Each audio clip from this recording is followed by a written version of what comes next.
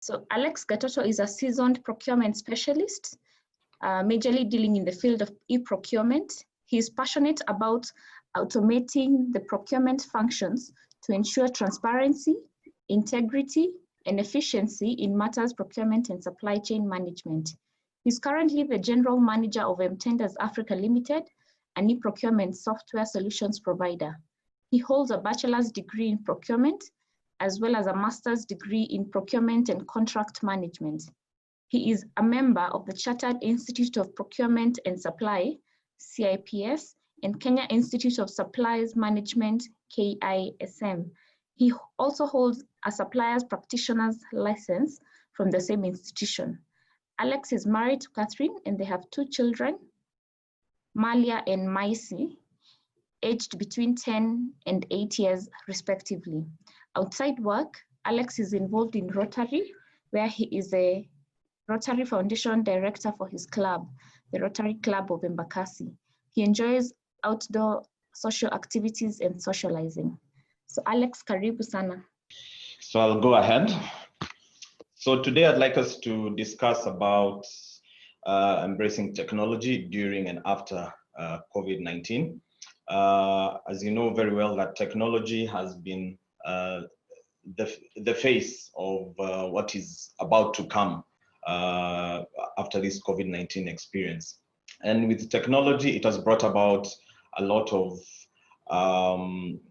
positive vibe, but at the same time, people are a bit skeptical because there are a lot of fears about what technology can do. People are thinking that they'll lose jobs when a technology comes in, but that is not the case.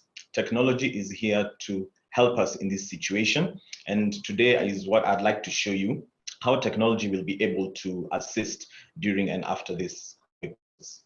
So I want to just give a brief introduction and say that, with the coronavirus pandemic, the world has really turned. No part of our lives has been left untouched by the global disruption. Children are out of school. Manufacturing firms have fallen silent. Nothing is happening. People are out of jobs in millions. Actually, today when I was looking at the Business Daily, they were talking about 700,000 youths between the age of 20 to 34 who've actually lost jobs, and that number is yet to increase. The healthcare system in the world has been overwhelmed. Right now, even if you step into a hospital, there's nothing much happening. They're giving the energy to any coronavirus patient who comes in. And scientists around the world are trying to understand the virus and find a vaccine, which we are not sure how long it's going to take, but they're really trying their best to look for a vaccine. And everybody is worried because they're not seeing like there's an end in sight to this pandemic. And what is left of us is to adapt and learn how to embrace and stay with the virus. So we urgently need to reinvent our approaches to life in order to face the new circumstances successfully. So in other words, we have to embrace, because unfortunately, this thing won't go tomorrow, in the near future. So we just have to embrace what we have at the moment and see how we can be able to continue ensuring that, first of all, we keep safe, and at the same time ensuring that even our lives and the economy has to continue. So technology is proving to be effective in almost every sector of the economy. Cloud storage has made it easier for students to access research materials compared to going through piles of books for their assignments. So for those of you with kids, I'm sure you're now teachers are doing assignments with your children, and so every day you're engaged in assignments. You're there in the Zoom meetings. So you have to embrace that, because that's going to be the new norm. Technology innovators have built vast capabilities that are, in my view, assisting in limiting the spread and impact of the crisis. Information from one site can today be gathered, analyzed, and shared by scientists, health experts, policy makers around the globe at the speed of light. So basically, everybody now is turning to the internet to kind of try and get information that they believe will be prudent to help us go forward with our lives. But only one half of the world is enjoying the dividend from these innovations. Not everybody is actually getting into this technology space as we know it. So the internet is the answer to many coronavirus lockdown problems. Billions of people have accessed the internet to try and, first of all, understand what COVID is, try and see how can we adjust our lives to what is happening and how we can be able to move forward with this. So many people have got into the internet to access such information. Again, schools are setting coursework online, and millions around the world are working from home by using, Zoom, Google Meets, webinars, etc. And so with this, basically what we can say is that the COVID pandemic has accelerated key technology trends, including digital payments, telehealth, and robotics. And I'll be able to show you that shortly. And these technologies can help reduce the spread of the coronavirus while helping businesses stay online. So basically, even as businesses resume to normalcy slowly, they are also embracing technology. Most businesses have decided to take up, platforms, various platforms like digital payments.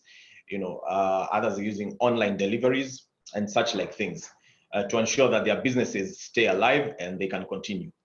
Technology can help make society more resilient in the face of pandemic and other threats.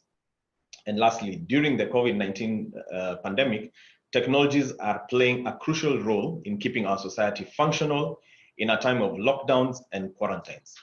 And these technologies may have a long-lasting impact beyond COVID-19.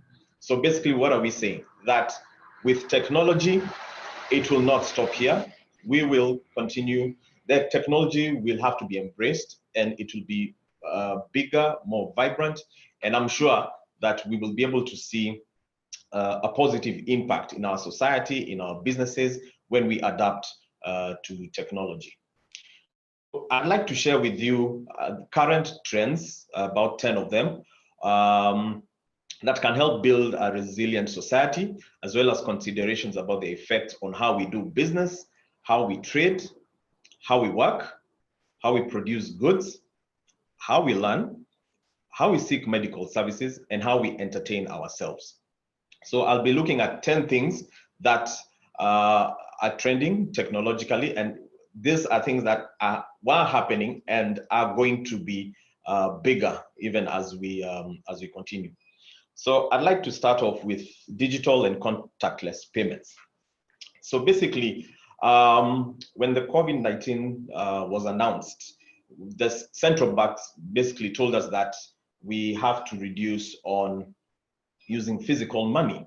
And this is where the digital and contactless payments platforms came in. So with that happening, we now got used to the technology of using, M-Pesa platforms, the Lipa na M-Pesa. Banks have had to step up their payment gateways, their apps, for making payments. Banks even have reduced charges or even removed charges on using their e-payment platforms. And this has made people to be aware that actually this is what you can be able to do. Even your Mama Mboga is using this, is using the online payment platform, and which is good, because with that, we can be able to reduce the chances of COVID. However, it also helps to increase the economy. And with that, you're able to pay for goods, you're able to pay for services, and even utility bills. With that in mind, there are also various payment gateways that have helped to facilitate online payments. And this, I can use an example of Virtual Pay by Steve, whereby you can use their platform to actually receive payments. So if you have a business, let's say if it's honey care, and you want to be receiving payments from your clients and all that, you can actually use Virtual Pay as your payment gateway to be receiving these payments. And in itself, you'll also be getting a report every month of the payments that you've received. and it's going to make your work efficiently. So using such payment gateways is now the way to go, and it's going to really help us to develop our economy and to ensure that we are able to harness this technology. However, the downfall of this is that, according to the World Bank, there are more than 1.7 billion unbanked people. So basically 1.7 meaning that people who do not have access to digital payments. Because with the digital payments, you need to have the availability that relies on internet availability, devices such as probably a smartphone, and a network to convert cash into a digitalized format. So we will see a bit of change coming up in regards to digital payments. And I bet that by the end of this year that that number will have reduced, and we'll be using the digital payment platform going forward. Now, the second one is online shopping. This, I know everybody has done it. You've purchased something from Jumia, you've purchased something from masoko.com, or whichever platform that is there. Now, I'd like to say that in the late 2002, the SARS outbreak led to a tremendous growth of both business to business and business to consumer online market platforms in China. So basically in 2002, already online shopping was being embraced. And when this was happening, they even went ahead and even used robots to actually deliver. So when you order something, this item is actually delivered by a robot. And that is what is happening now in the first world countries. China, South Korea, they're actually using robotics to actually do this. So similarly, with the online shopping, it has transformed the world. Restaurants in Kenya have even continued to, offer happy hours through online orders and delivery. So let's say it's Empire by Wanjiro Mambo. People can actually order through various platforms that she's using, whether it's Glovo, whether it's Uber Eats, whereby if you need something from her restaurant, you can actually log in, order whatever you want from them, and it will be delivered to you. That has become the new norm. And I'm sure most of you have experienced that. And it makes it easier. It makes it worthwhile. It also ensures that people still retain their jobs. In as much as it's online, there's no, we're also maintaining that physical contact, but it helps us to ensure that people are still retaining their jobs. So we need to embrace this, and it's really helping us to move forward. And technology has opened up the business space for both sellers and buyers.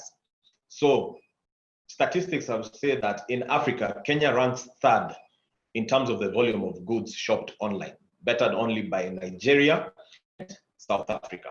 So for us in Kenya, we've embraced this and really opened up the doorway, because this is basically an e-commerce space, and people now are able to shop and get these goods right to your doorstep. So these are also one of the things that are going to become bigger and better as we go along. So the third one, which all of us are actually doing at the moment, is remote working from home. So many companies have asked employees to work from home. Remote working is enabled by technologies using virtual private networks, voice over internet protocols, virtual meetings, cloud technology, work collaboration tools, you name it. So we've embraced this. This is something that we had not seen that was going to happen to us. And it has made it easier for us to communicate. In as much as I may be here and you guys are there, but we are communicating. That's at the end of the day. And you can still conduct business with this. And in addition to preventing the spread of viruses, remote working also saves commute time and provides more flexibility. So at the comfort of your home, you're able to still work while you have this. So long as you have good internet connection, you can be able to work from home. However, I'd like to just give a bit of statistics that were given. Because with remote working, it also imposes challenges to employers and employees. Information security, privacy, and timely tech support can be big issues, as revealed by recent class actions filed against Zoom. when when COVID-19 came in, the whole world, started using Zoom. And with that, Zoom had so many security issues in regards to information sharing, recording. People were hacking into their system, so it had a lot of problems. And even as we proceed, remote work can also complicate labor law issues, because if you're working from home, I read somewhere that there are people who are saying that if I'm working from home, then as an employer, you're supposed to pay my rent. I don't know how viable that is, but it seems that that is a space that we are going to.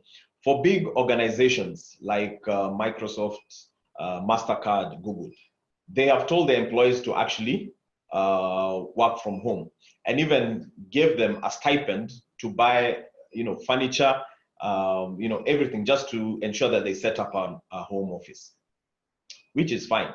But not all organizations can be able to do that. So with this, it can, bring about a few labor law issues, because there'll be things to do with providing a safe work environment, and also income tax issues can come into play. Also, employees may experience loneliness and lack of work balance. I kid you not, when you're working from home, it's not the same. It's not like when you're in the office with your colleagues. At home, you're just by yourself, you're trying to work, but it's not the same. So you can experience loneliness with remote working. If remote work becomes more common after the COVID-19 pandemic, employers may decide to reduce lease costs and hire people from regions with cheaper labor costs.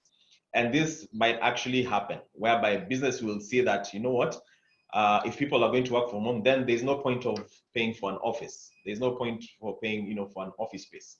So people will decide to actually, or other employers will decide to reduce on those costs, and also get people from regions with cheaper labor. Especially, this will happen especially for manufacturing firms, where they'll get cheap labor from regions where they know they can be able to do that. So with remote working, that is what is going to happen. So if you look at your screen, I've given a chart there. What's your biggest struggle with working remotely? So 20% of people said collaboration and communication. 20% also said loneliness. 18% said not being able to unplug.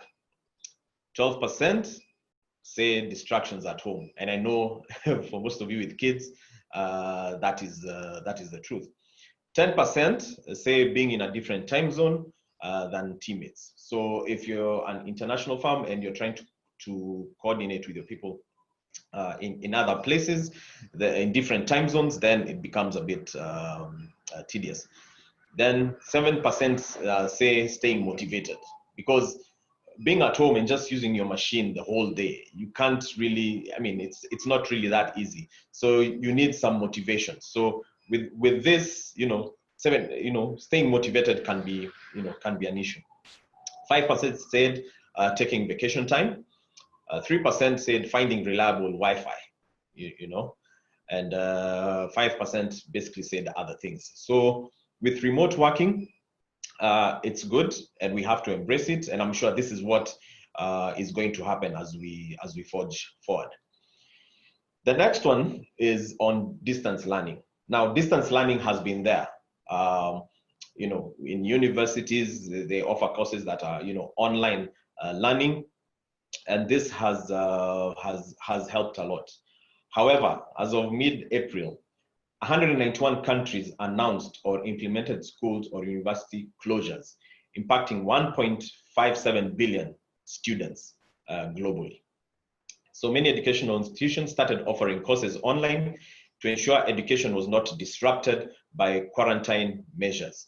So what's been happening is that now schools have also had to adapt to this, offering classes on Zoom, offering classes on Google Classroom, and all other platforms that are there.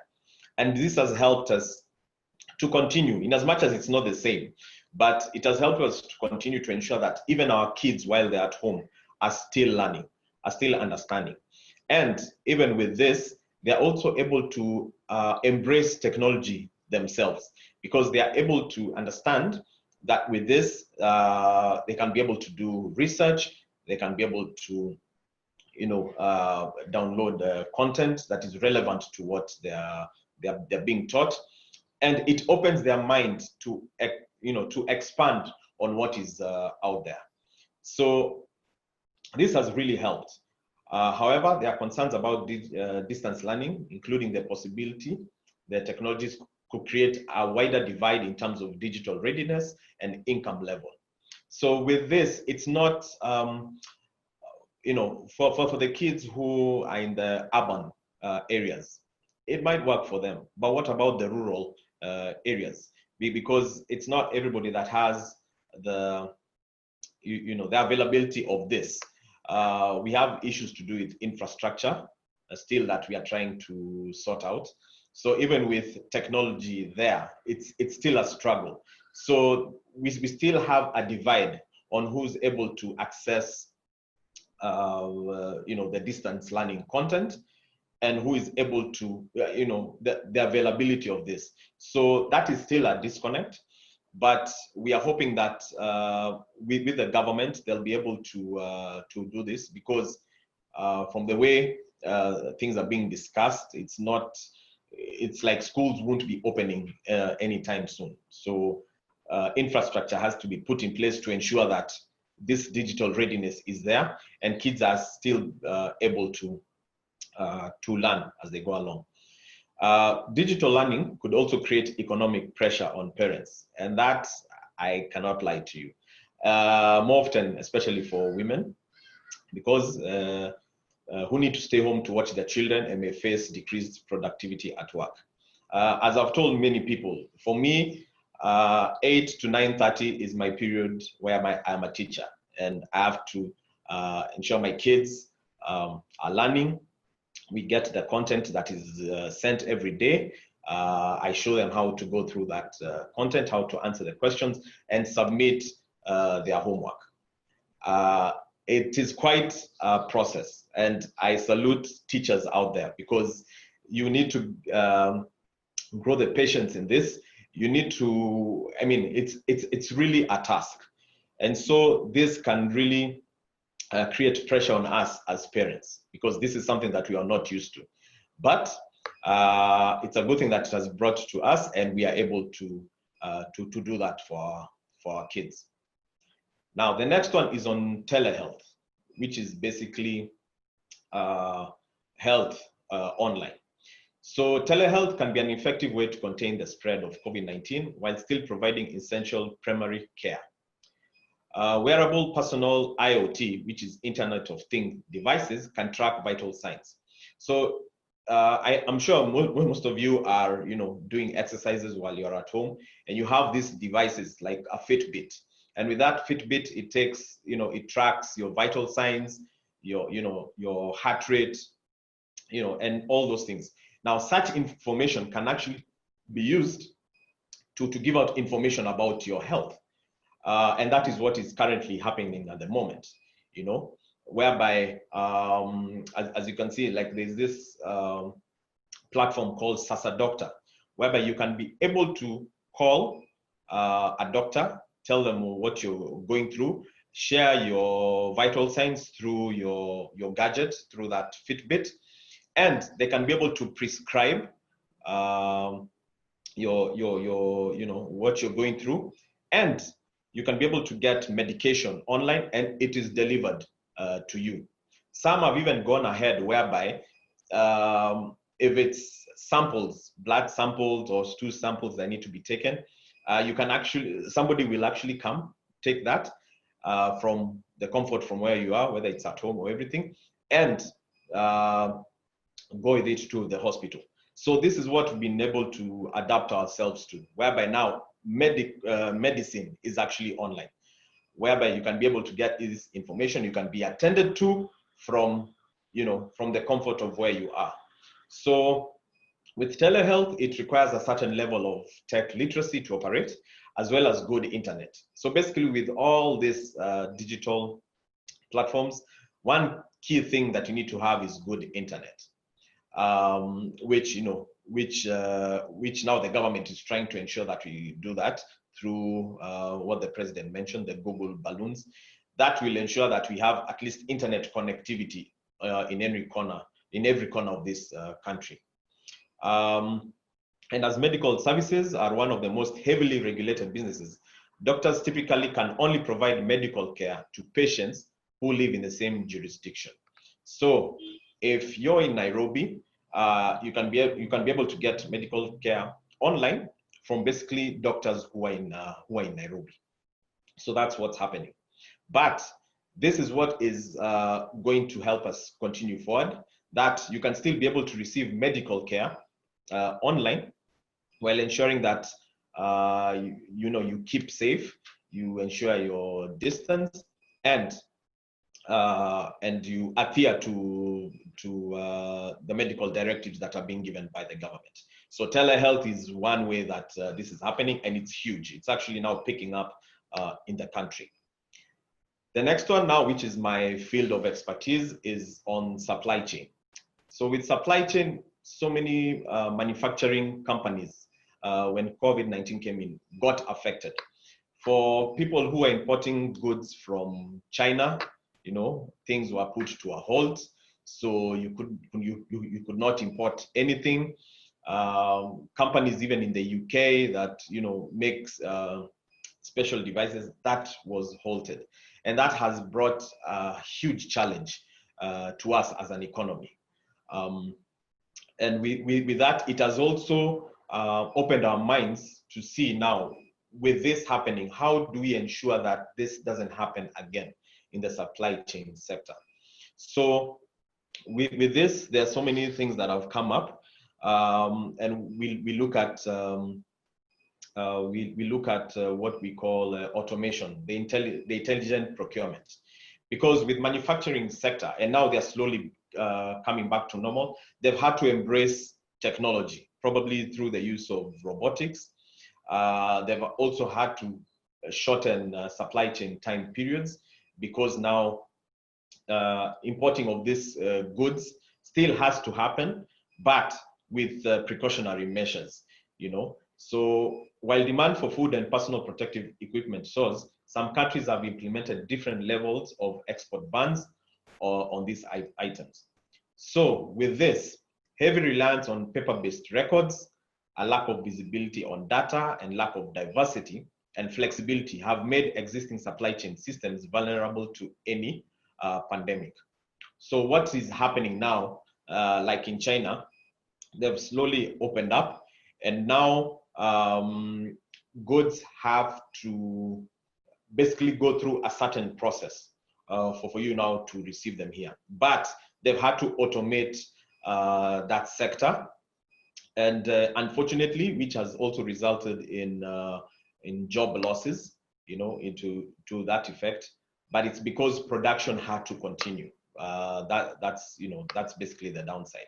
But with this, it's going to open up a wider variety, and even markets. Even for us, it's also made us realize that there are things we can be able to do ourselves here. We need to also open our factories here to do certain things. I can give you an example. If it's the face masks, all these companies opened up to actually make face masks, and it really brought in employment for us, and ensured the economy is still running.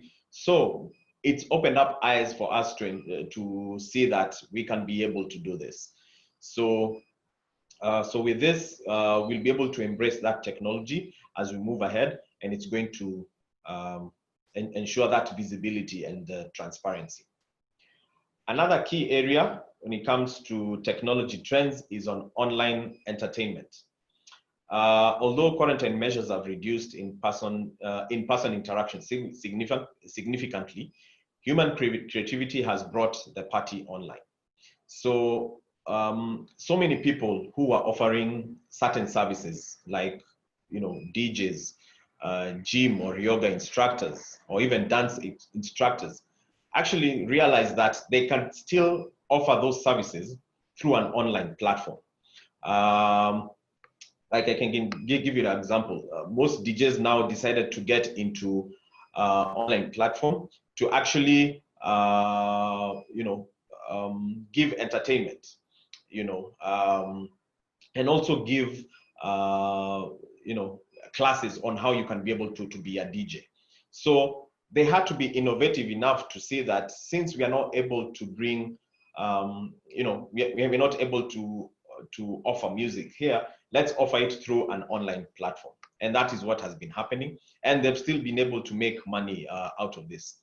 Even motivational speakers, I can say, like an example, even like Antoinette, she can be able to use her services to actually reach to a wider audience about knowing about PR, about public relations. And so many people have actually embraced that because you get to a wider audience, you do not have to charge, and it kind of expounds your territory. People actually get to understand your business better. So this has helped us to embrace that, to offer entertainment to our people, offer services, offer content, to people out there, and it's really made it easier for us. There's also been a surge of online gaming traffic since the outbreak began. So you find somebody who's in Kenya is actually playing a game with somebody who's in Germany, and it's really opened up that platform, and it's ensured that people are still maintaining that connection going forward. So this has really helped us here, and it's going to embrace people to now look into the online platform to offer such services.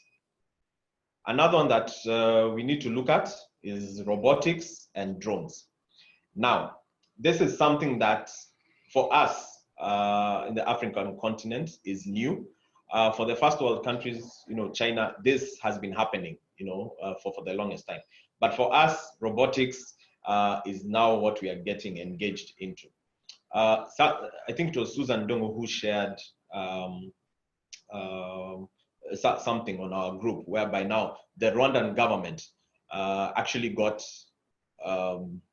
robots to actually help in the COVID-19 pandemic.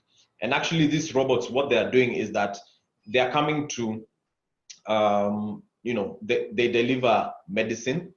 They ensure that they come to you and look at your vitals. So it's kind of replacing the human element, but it's ensuring that that we are still keeping that distance while this is happening.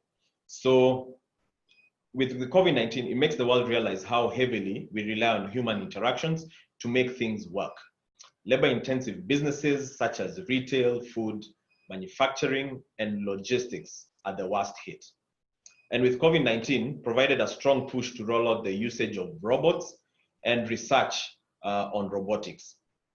In recent weeks, robots have been used to disinfect areas and to deliver food to those in quarantine. So basically now robots are what is being used to actually do this, some of these essential services. Still in Rwanda, they were using drones as early as I think 2017 to actually deliver medicine. You see, so they've had to actually embrace that, which is actually pretty cool, on that. So while there are some reports that predict many manufacturing jobs will be replaced by robots in the future, at the same time, new jobs will be created in the process. So policies must be in place to provide sufficient training and social welfare to the labor force to embrace this change. So we will see robotics happening in this to ensure that, as I've said, especially in the manufacturing sector, robots will come into play. In as much as there'll be that fear of loss of jobs, but it's also going to bring in, new jobs will be created about this. So this is something that we will also have to embrace as we go by, because if this is happening in Rwanda, I'm pretty sure very soon it's also going to come into play in Kenya.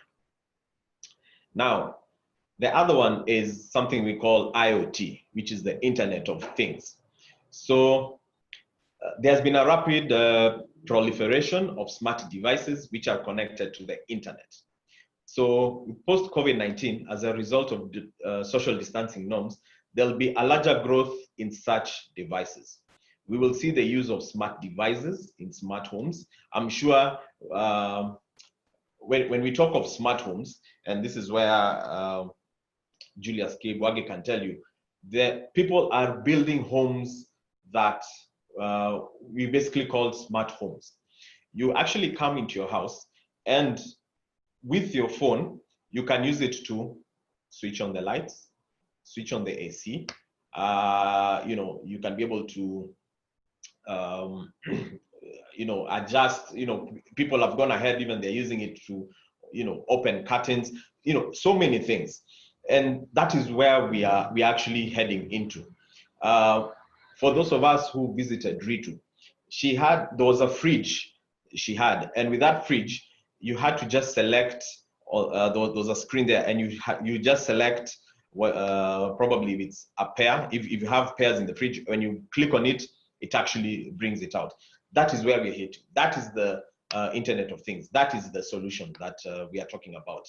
So, and as I've said, so for example, smart refrigerators will take stock and order groceries online. So with your fridge, if it notices that you're out of milk, it will actually order that milk online, and it will be delivered to you. That is how you know, technology is working. So with such smart devices, it will require regular software upgrades, which will be transmitted via the internet. So in as much as we want this to happen, and it will happen, it will require software upgrades so that ensure that the system works perfectly, and it gives you whatever you need. So companies could use 5G. So 5G is basically your bandwidth. Right now in Kenya, we are at 4G. Already in some countries, they're already in 5G, which offers a huge space when it comes to bandwidth. So companies use 5G broadcast to broadcast a software, upgrade patch to all their devices, making it cost effective while also reducing congestion in the mobile network. So, so basically what we are saying is that with 5G, it's going to open a wider network. It's going to reduce on congestion, and it's going to make even things better for us in the digital space, to ensure that we are able to do far much greater than what we are currently doing. Lastly, we have the satellite-based asset tracking solutions. So in many places across the country where mobile network connectivity is patchy, there will be an increase in remote asset tracking solutions. This is because movable assets such as trains, you know, trucks, fishing boats, etc., continuously move in these areas. So in the absence of mobile network connectivity, satellite connectivity will be used to send and retrieve data from a central control location. So basically what we are saying is that we are going to see an increase in asset tracking solutions. So I can give you an example. If you have a truck and you're delivering goods from, say, Nairobi to Uganda, what we've been used to at the moment is tracking of that truck through mobile, you know, and with that, it's not safe because somebody can hack into, you know, into the network, and you know, your goods actually disappear. And this has actually happened, you know. So what we're saying is that now we're going to slowly move from that mobile connectivity to now satellite based. So in that, even if the mobile network is not there, the satellite is still going to help you to track these solutions.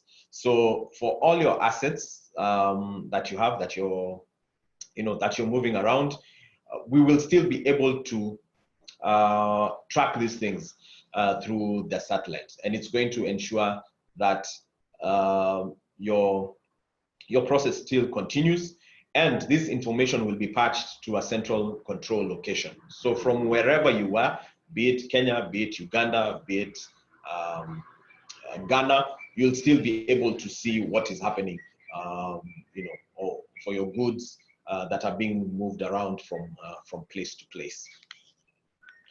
So, in conclusion, what I can say is that with COVID-19, it has demonstrated the importance of digital readiness, which allows business and life to continue as usual, as much as possible during this pandemic.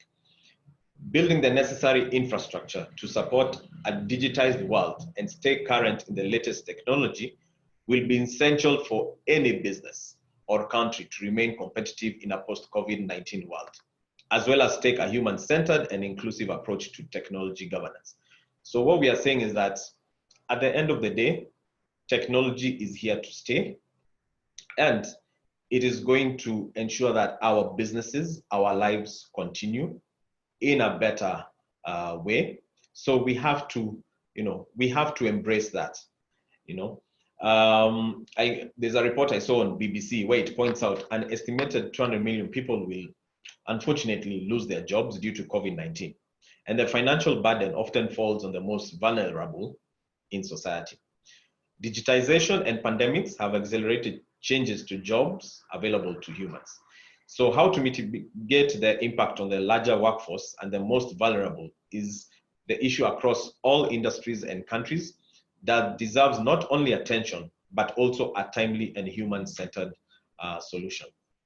So what we are saying is that in as much as with technology, it's going to cause loss of jobs globally, but it's going to bring a higher impact on our workforce. And it will ensure that in all sectors of the economy, in all businesses across the country, it's going to ensure that it's going to continue, it's going to bring a much bigger change, and it will still bring jobs into play. Jobs will still be there, because in as much as the technology aspect is there, we still have to have the human element there, because for this technology to happen, they have to be operated by humans. So we will see that happening, and it's something that is going to grow the economy bigger, better, as we ensure that we are keeping that visibility in everything that we do. So that ends my presentation. Thank you very much, and I'll be able to take any questions. Wow, Alex, that is so enlightening. And it's ironical that I had to have technical issues on a day when we were talking about technology, but all the same, I'm all right now, thank you. Okay. So suddenly the world has become our audience, and this is the message I'm getting from you. Yes. And I like how you touched on, you had a holistic approach to technology and how it has and it can impact our lives. I mean, from business and our cash flow issues, business doesn't have to stop. Our at-home working, digital working solutions, so work doesn't have to stop. You can still relate with your team. You can still continue business away from, the typical setup of office. Yeah. And I also love that you touched on working from home and shared responsibilities among the people in your household. I really love how you said from 8 to 9:30, it's your time as a father to nurture your kids through education. Yeah. And you've let people know, and by people, I'm sure you mean your employees, your customers, your clients. I really love that you're doing that. Mm-hmm. And that brings about the home work-life balance, yeah? Yeah. I love that you also talked about education and the options that they are there. In as much as there is a lot lacking in that in that sector, and we have a question touching on that. We're going to move to the Q&A soon. I think it's a really good start point. And what I really love also is the health solutions that you've given us. Who would have known that you can use your everyday normal fitness tracking device to actually relay information to your doctor, especially for people who have lifestyle conditions, conditions that are there with you, to actually get treatment based on that remotely without even having to visit the office. That is a really good pointer, and I'm sure majority of us never thought about it. That's a really good pointer, even to share with our networks. Yeah. So Alex, yes, I have a question before we move to the Q&A. And this is touching on the government. Yeah, we've all experienced the typical government interaction where you have long processes of filing and application, because majority use the traditional way of filing, which is basically paper. Yeah. And I know that there has been an advance. Some of the services you pay via M-Pesa, some of the services you apply for them online. But now I'm curious to know, from a business perspective, how embracive is the government, and what will the interaction be? And is there a fast track by the government to move digital to the digital space? Okay, that's a good question. So what's been happening is that the Ministry of ICT has actually been working round the clock to see certain services being offered online. And I can touch on the example that you've given about basically document management. Because now what is happening is that certain sectors, let's say the banks, for you to go to a bank, for you to open an account, you fill a document, you fill it out manually, you submit it, and things like that. So what is happening is that most of these sectors are looking at how to automate certain functions. And also they're looking at offering an electronic data management system, so that most of these things now you can actually apply for them online. If you're going to open an account with a bank, you actually don't need to have that physical document. You can actually enter through the through the system, apply online, and submit. Most banks have actually done that. For other areas of for other sectors, they're also trying to see how they can be able to automate such functions. So the ICT ministry has been really working around the clock, and it has also invited innovators. Actually, this is the best time for people who are in innovation to come up with ideas and actually share with the government. It has asked for people, to come up with various innovations and share with them. And with that, it will create it will create an employment platform for people. So this is the best time. If you have any innovation, kindly, I think there's, I can't remember the name, but there's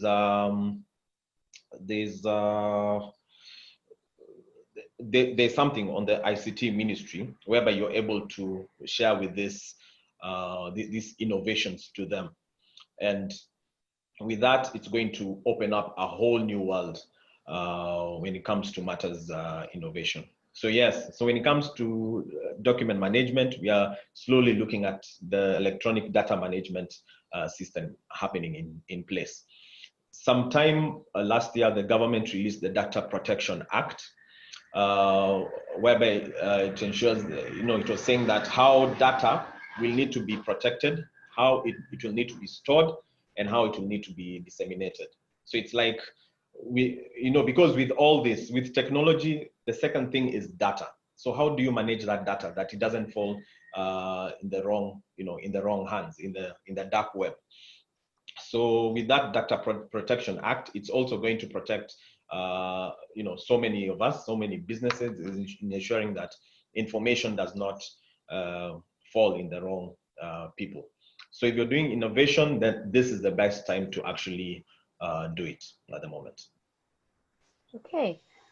Innovation. I have to say Rwanda is a bit far ahead than most African countries. Yes, they are. They are. But I also have to commend what is happening in our region. We've also seen the use of drones even before to administer security. But now, during this pandemic, they're even using it to monitor and to enforce the COVID-19 regulations that they've set of curfew and of border movement control. So yes, we have to commend the government for going that way, and sure, even for introducing the Loom internet balloons. Yeah. yes. So we are a bit lagging, but we are on the right track, if I can say so. Yes. Now, if I can take a question from Jackson Kangede. So Jackson is asking, in the line of security, is it worth investing on security since now we are exposing our businesses to the outside world? Okay, so security meaning online security. I presume that's what he means. I presume as well. Okay, so yes, you have to invest quite heavily when it comes to security, because you know, with technology or with online things, we are prone to security threats. In fact, when we were having the social on Friday, and we were actually discussing about this, because there are so many innovative Kenyans who've come out there. I wouldn't say from which region, but they've come up, and young people who are actually able to hack into systems.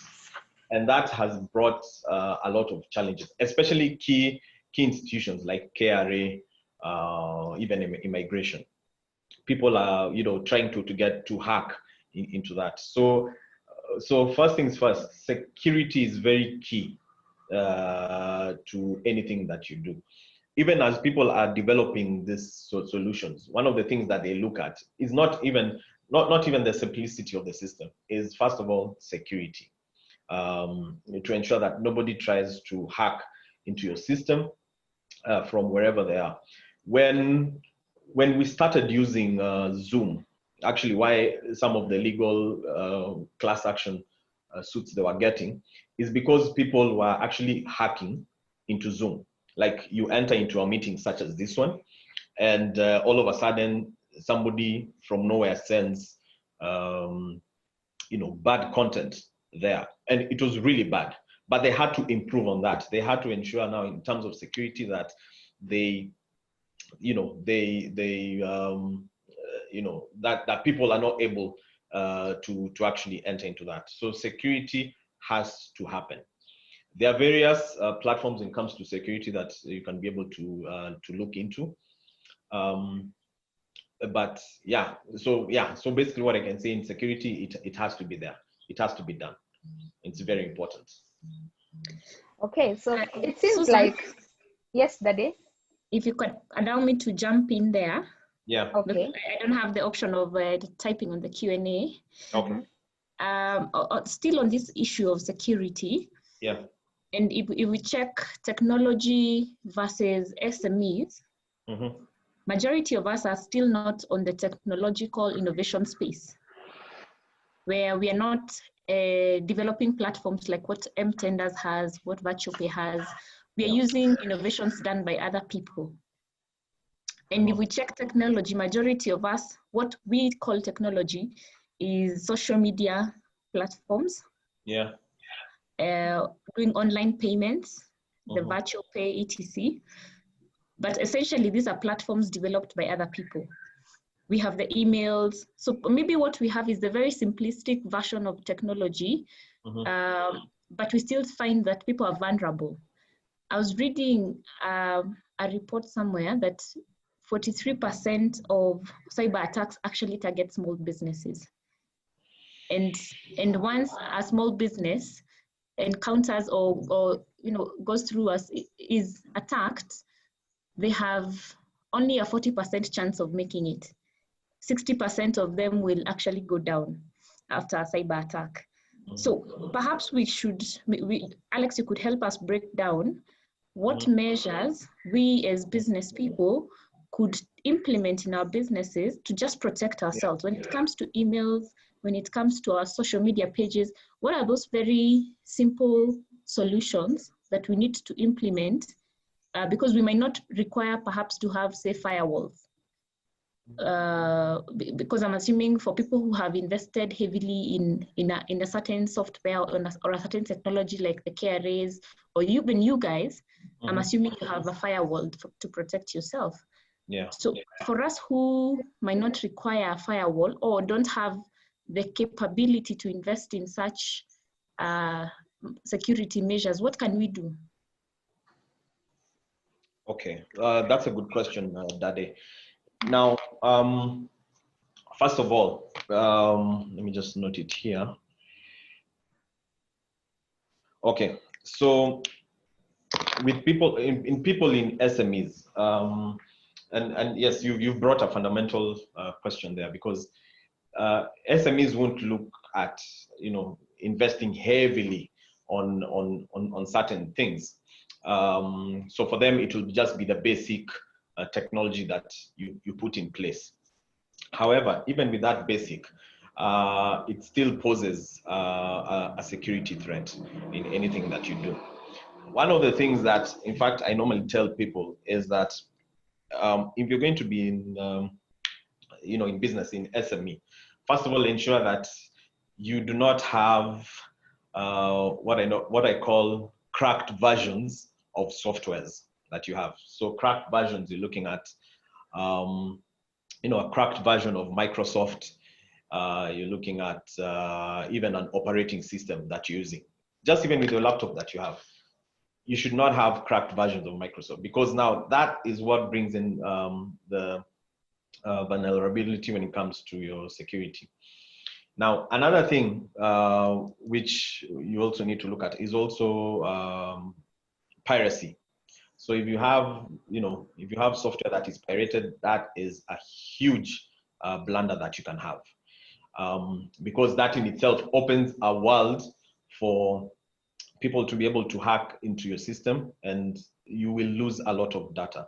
So for me, what I feel is that if you're in SME, you have to invest a bit in ensuring that you get the correct software in place, and you're able to, to ensure that security is there. We have firewalls, and Anthony Karuga can say this, but we have firewalls that, that provide for each and every business, whether in SME, whether in, the large sector, you name it. It doesn't cost much to do that, because it will cost you so much if you lose data. It will cost you so much if information is out there to the wrong people. Whereas with a small investment, you would be able to protect that. So like for us in M-Tenders, what we've ensured is that we've put various measures in place. We've put in firewalls, we've put in the other IT stuff, footprints. If somebody actually tries to enter into our system, you will actually leave a footprint. And with that footprint, I can be able to tell from whichever area you're based at. Our system has been tried to be hacked into from some people from Sweden, from as far as even Germany, but they were not able to penetrate because of the kind of security system that we put in place. So if somebody tries to get in, then they will leave that footprint there.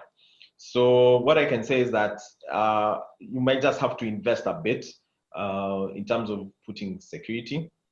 And for small SMEs, you can also look at, there are those free softwares that are there that are actually credible, that can be able to also help in your operations in your business. So those are some of the things that you can be able to look into.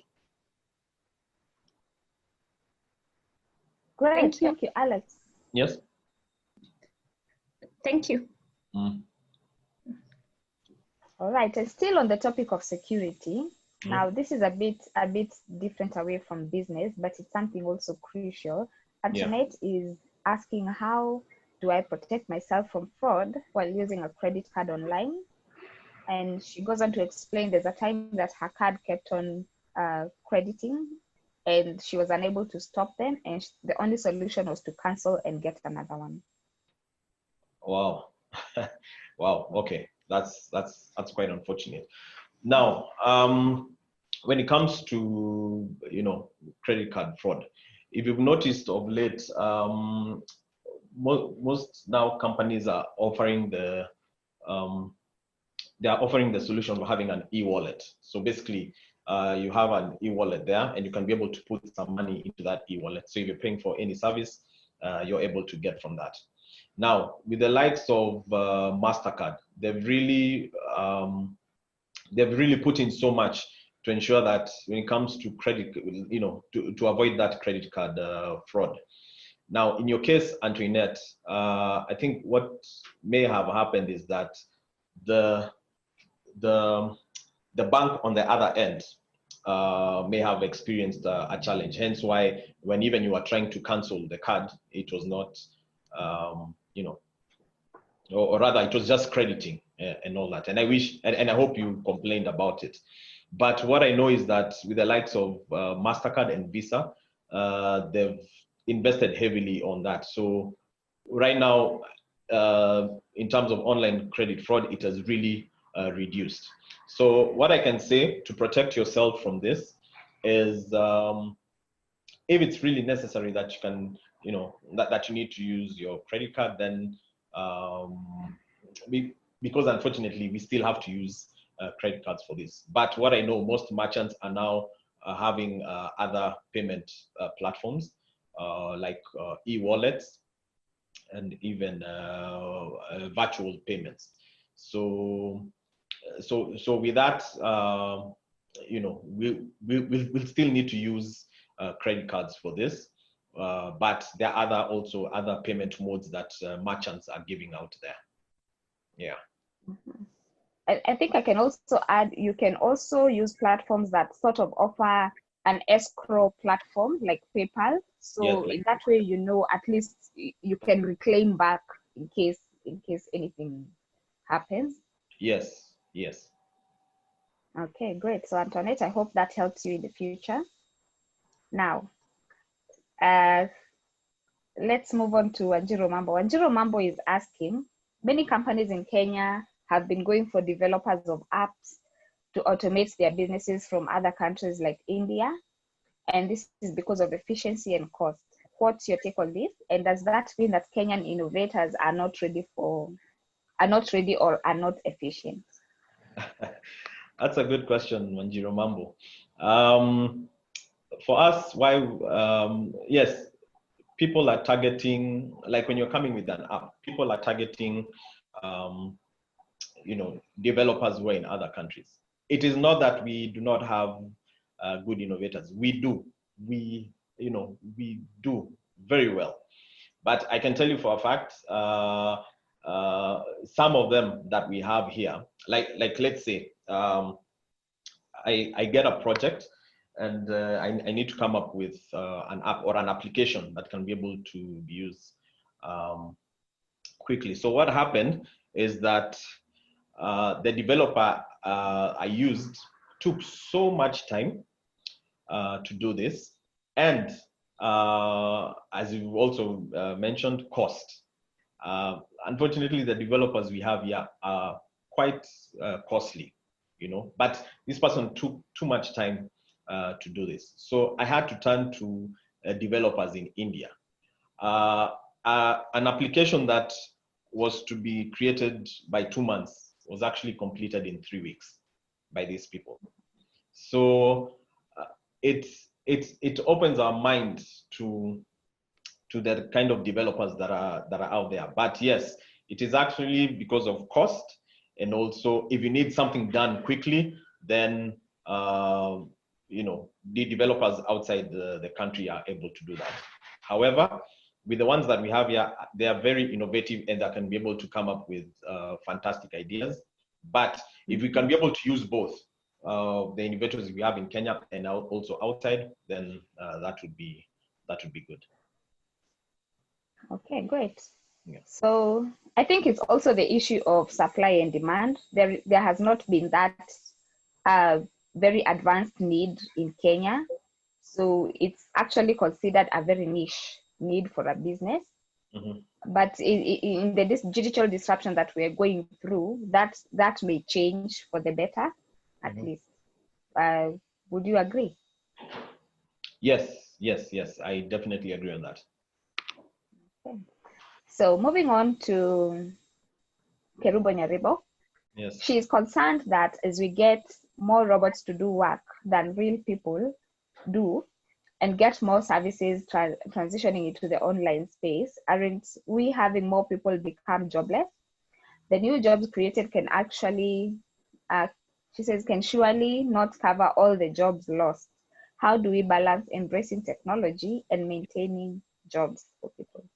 Okay, that's a good question, Kerubo. And as I mentioned, in as much as we are embracing technology, the downside a bit is that jobs will be lost. However, what I've been saying is that in as much as technology is there, the aspect of there'll still be a human-centered solution when it comes to this. So, because even if it's robotics, who will be operating these robots? It's still us as humans. So so even with that downside when it comes to the job losses, still jobs will be created because of having this robotics coming in play. And we will still have a space where with this, how can I put it? There is no way. There are certain jobs that cannot be just used basically by robotics. No, it can't happen. We will have to we will have to embrace that. So certain jobs are the ones that are going to be affected, but still the human element will have to be there. Okay, so Kerubo, I hope that answers your concern. We'll take just two last questions and then we'll be winding up.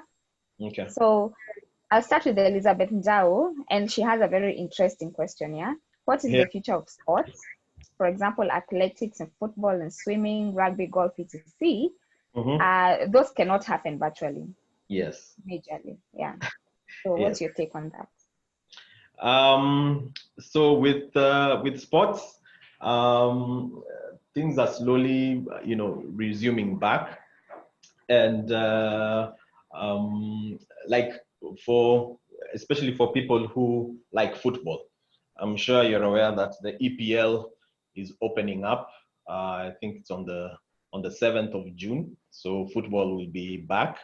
However, it will not be the same because the way we were used to, stadium being full, that won't happen. It will just be the players. So when it comes to sports, I don't see technology being used as much there. I think that the only issue will be on the physical, on the physical distancing. Definitely, we cannot swim virtually. That can, it's even impossible. But I'm sure there's a small element that will come into play. Technology to be used, like, if it's like what we've seen in the past, like in football, where we have the goal scoring technology being used and things like that. So technology will come only in the operations, not in the actual, not in the actual play of that happening. So we are yet to see what's going to happen with that, but the world is slowly coming to terms, and now we are slowly opening up. So it's a wait and see. All right, and the last one is from Antoinette, and this is in the education sector, yeah, and it's a great concern, I'm sure, for majority of us. She says, it's becoming a reality that we should embrace technology. However, how many Kenyans can afford to be in that space? In Busia, where she comes from, since COVID-19, no child has had any access to learning materials, and the teachers themselves don't even have laptops. not to mention Yeah. the lack of access to electricity. Yes. And yes, it's true, Antoinette. It's very sad because even before we start thinking of digital literacy happening there, we've not sorted out infrastructure. We've not sorted out, like the building of classrooms and things like that. We've not sorted out on matters electricity and things like that. So it's going to be quite unfair, for kids, especially in the rural sector.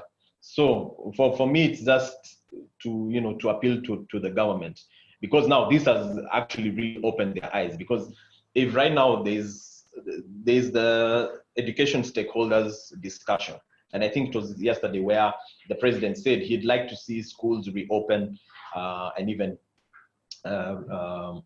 churches and mosques to actually reopen. But you see, you can't do that if you're going to be offering if you're going to be opening this and also offering digital learning, but have you sorted out the infrastructure? No, you haven't. So it will still take a bit of time, and I'm hoping that the education CS and and the stakeholders will be able to see that even before we do this, infrastructure has to be put in place, because when schools reopen, social distancing has to be maintained. So we are looking at a class that has to have a maximum of, say, 15 students. Then you need to ensure that teachers that are there are able to offer this learning. You need to ensure that every other thing, in terms of electricity and everything is being offered. So it's going to be quite unfair, for some of the kids who are here, who are in good schools. Learning is continuing, but for our rural kids, that is not happening. So that needs to be addressed. The infrastructure issue has to be addressed for that to happen. So let's wait and hear what the ministry will say in the coming days about this, so that education can resume. But all in all, this has to happen. Wow, Alex, it's been such an engaging and educative session. I'm sure we've learned a lot. We've touched on almost all the sectors that need to be touched on. And apologies, we are not going to be taking any more questions. What I will do, for Mr. Julius Kibage, I'll post your question on the chat just now, and Alex can answer it there due to the constraint of time. Okay. As always, thank you, Alex. We're really appreciative of you and even of the other speakers to engage us in your expertise. And as always, credits go to Samuel Gatoto for the graphics that he designs for us, and to Momo for being the admin behind the scenes. Until next week, next Training Tuesday, I'll leave you with a simple quote: the future is here. It's here with us. Yes. Thank you. Yes. Thank you. Thank you very much. Bye.